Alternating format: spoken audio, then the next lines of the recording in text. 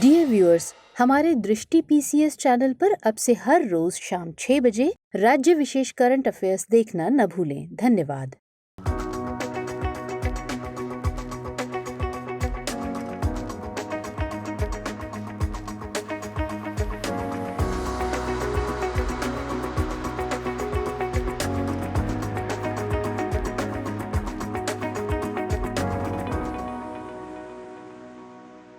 दृष्टि IAS के today's जी के प्रोग्राम में आपका स्वागत है। तो शुरुआत करते हैं पिछले सेशन के रिकैप से। इसका पहला प्रश्न था, निम्नलिखित कथनों पर विचार कीजिए। 1. ग्लोबल हंगर इंडेक्स 2021 में भारत को 101वां स्थान मिला था। 2. ग्लोबल हंगर इंडेक्स UNDP द्वारा जारी किया जाता है। आपको बताना था कि इनमें से कौन सा या कौन से कथन सही है या सही है। A केवल 1, B केवल 2, C 1 और 2 दोनों, या फिर D ना तो 1 और ना ही 2। तो इसका सही जवाब था ऑप्शन A केवल 1। अगला प्रश्न, अंतर्राष्ट्रीय दूरसंचार संघ के संबंध में निम्नलिखित कथनों पर विचार कीजिए। कथन 1, यह संयुक्त राष्ट्र की एक विशिष्ट एजेंसी है। कथन 2, इसका मुख्यालय जिनेवा में है।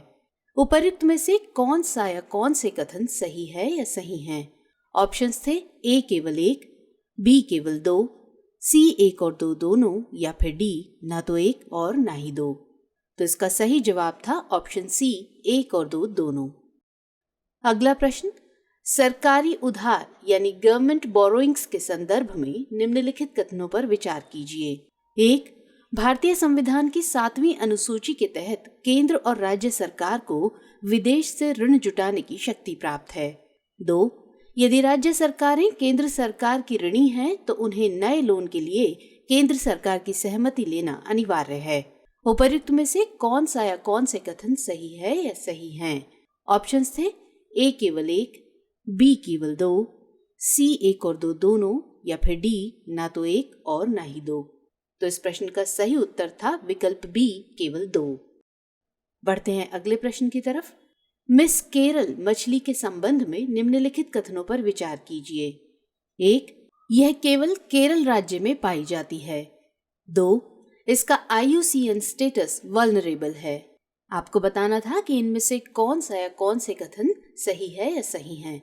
विकल्प थे A केवल 1, B केवल 2, C 1 और 2 दोनों, या फिर D ना तो 1 और ना ही 2। तो इस प्रश्न का सही उत्तर था विकल्प D। अगला प्रश्न, 5G के संदर्भ में निम्नलिखित कथनों पर विचार कीजिए। कथन 1, इसमें मिलीमीटर वेव स्पेक्ट्रम का प्रयोग किया जाता है। 2. इसमें अपग्रेडेड LTE का उपयोग होता है। 3. यह 20 Gbps तक की स्पीड देता है। आपको बताना था कि इनमें से कौन से कथन सही हैं। ऑप्शंस थे A केवल 1 और 3, B केवल 1 और 2, C केवल 2 और 3, या फिर D 1, 2 और 3। तो इसका सही उत्तर था विकल्प D। अगला प्रश्न, मॉरिशस के संबंध में निम्नलिखित कथनों पर विचार कीजिए। 1. यह मेडागास्कर द्वीप के दक्षिण पूर्व में स्थित है। 2. यह 4 द्वीपों का समूह है। 3. इसकी राजधानी अगालेगा द्वीप पर स्थित है। उपर्युक्त में से कौन सा या कौन से कथन सही है या सही हैं? ऑप्शंस थे A केवल 1, B केवल 1 और 3, C केवल 2 और 3, या फिर D केवल 2। तो इसका सही उत्तर था केवल 2, विकल्प D। अगला प्रश्न, इस्लामिक सहयोग संगठन के संदर्भ में निम्नलिखित कथनों पर विचार कीजिए। 1. यह संयुक्त राष्ट्र के बाद दुनिया का दूसरा सबसे बड़ा अंतर सरकारी संगठन है। 2. भारत इसका सदस्य नहीं है, लेकिन इसे ऑब्जर्वर स्टेट का दर्जा प्राप्त है। उपर्युक्त में से कौन सा या कौन से कथन सही है या सही हैं? ऑप्शंस थे A केवल 1, B केवल 2, C 1 और 2 दोनों, या फिर D ना तो 1 और ना ही 2। तो सही उत्तर था विकल्प A केवल 1। अगला प्रश्न, जस्टिस क्लॉक किस राज्य या केंद्र शासित प्रदेश में लॉन्च किया गया है? A Delhi, B Karnataka, C Assam, या फिर D गुजरात। तो सही जवाब था D गुजरात। अगला प्रश्न, ताहिती द्वीप के संबंध में निम्नलिखित कथनों पर विचार कीजिए। कथन 1, यह मध्य दक्षिण प्रशांत महासागर में स्थित है। कथन 2, पपीते फ्रेंच पॉलिनेशिया की राजधानी और प्रशासनिक केंद्र है। आपको बताना था कि इनमें से कौन सा या कौन से कथन सही है या सही है। ऑप्शंस थे ए केवल एक, बी केवल दो, सी एक और दो दोनों, या फिर डी ना तो एक और ना ही दो। तो सही जवाब था ऑप्शन सी, एक और दो दोनों। अब बढ़ते हैं पिछले सेशन के 10वें और अंतिम प्रश्न की तरफ। निम्नलिखित कथनों पर विचार कीजिए। एक, काका कालेलकर आयोग का गठन वर्ष 1989 में किया गया था। 2, मद्रास राज्य बनाम चंपकम दोराई राजन मामला अन्य पिछड़ा वर्ग कोटे से संबंधित है। उपर्युक्त में से कौन सा या कौन से कथन सही है या सही हैं? विकल्प थे ए केवल एक, बी केवल दो, सी एक और दो दोनों, या फिर डी ना तो एक और ना ही दो। तो इस प्रश्न का सही उत्तर था विकल्प बी केवल दो। आइए अब शुरुआत करते हैं आज के सेशन की। पहले अभ्यास प्रश्न देखते हैं। अल्टीमीटर के संबंध में निम्नलिखित कथनों पर विचार कीजिए। कथन 1, लॉयड एस्पेनशीड ने इसका पेटेंट लिया था। 2, इसे 1930 के दशक के अंत में विकसित किया गया था।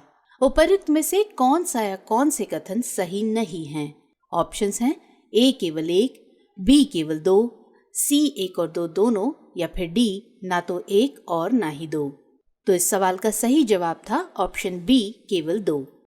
दरअसल इन दिनों 5G टेक्नोलॉजी एवं पायलटों द्वारा उपयोग किए जाने वाले अल्टीमीटर के बीच संभावित टकराव को लेकर दूरसंचार और विमानन उद्योगों के बीच बहस छिड़ गई है। अल्टीमीटर एक प्रकार का उपकरण है जिसका उपयोग एक निश्चित स्तर से ऊपर किसी वस्तु की ऊंचाई मापने में किया जाता है।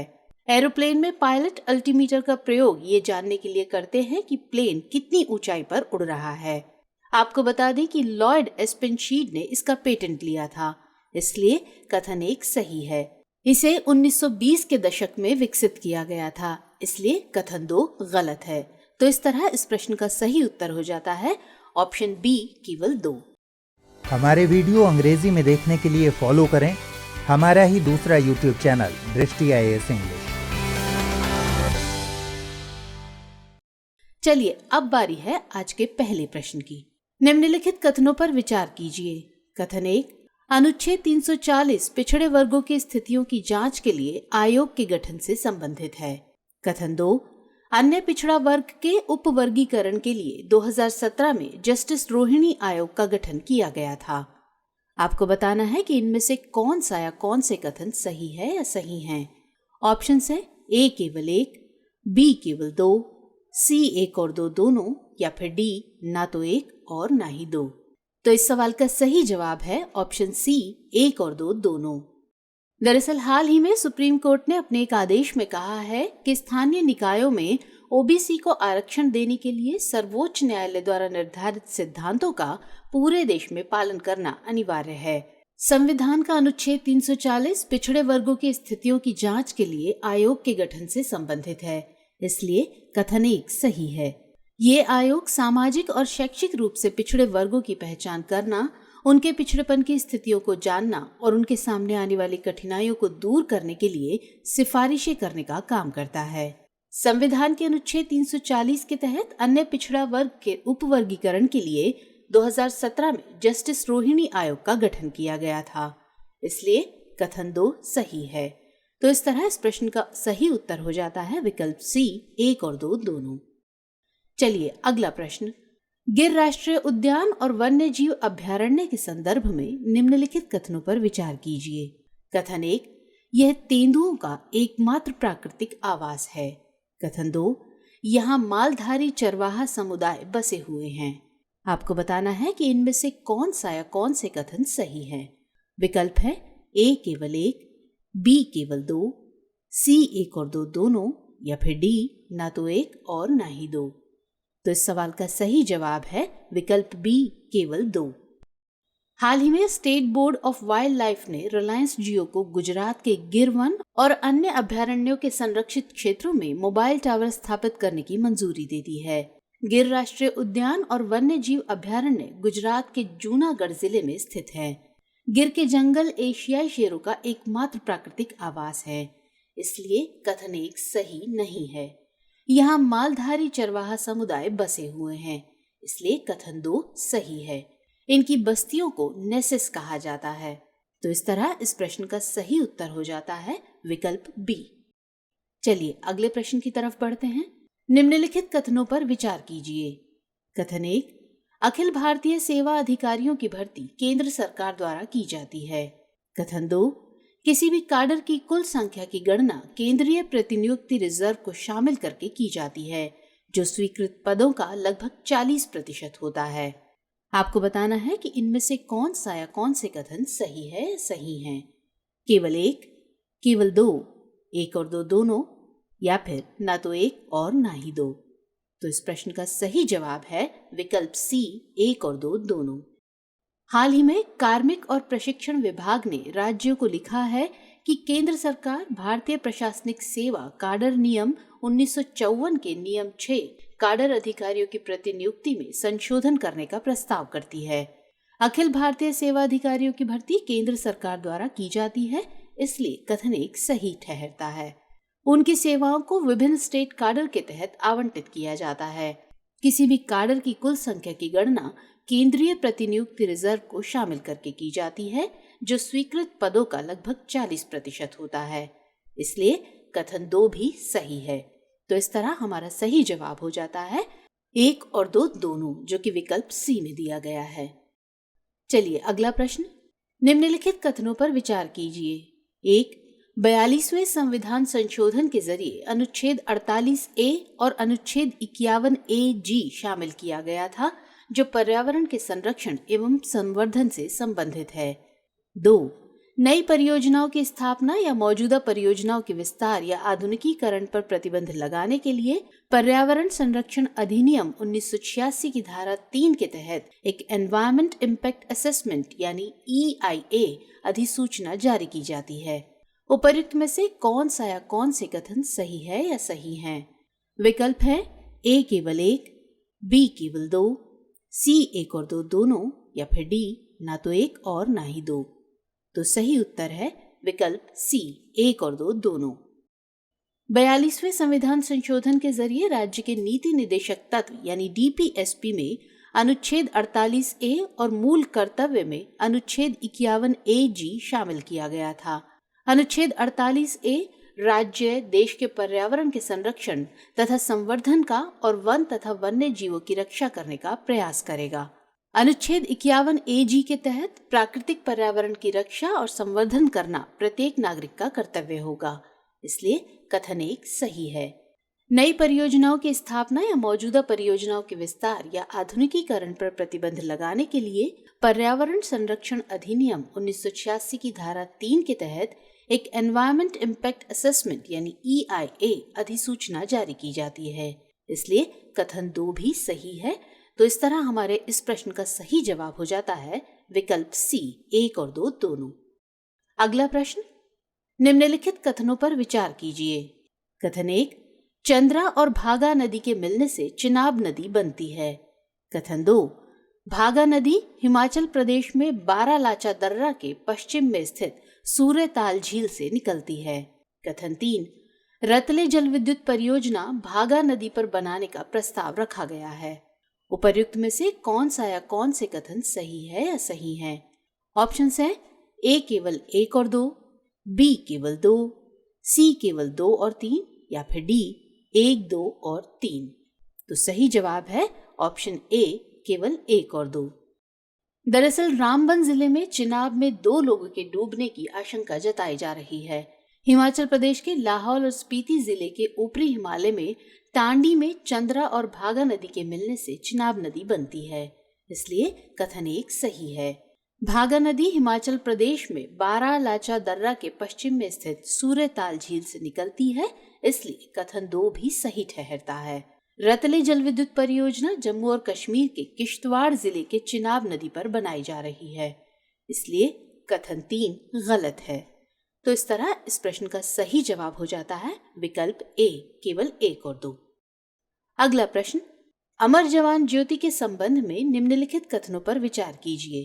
1, इसका निर्माण 1971 के युद्ध में पाकिस्तान पर भारत की जीत के उपलक्ष्य में किया गया था।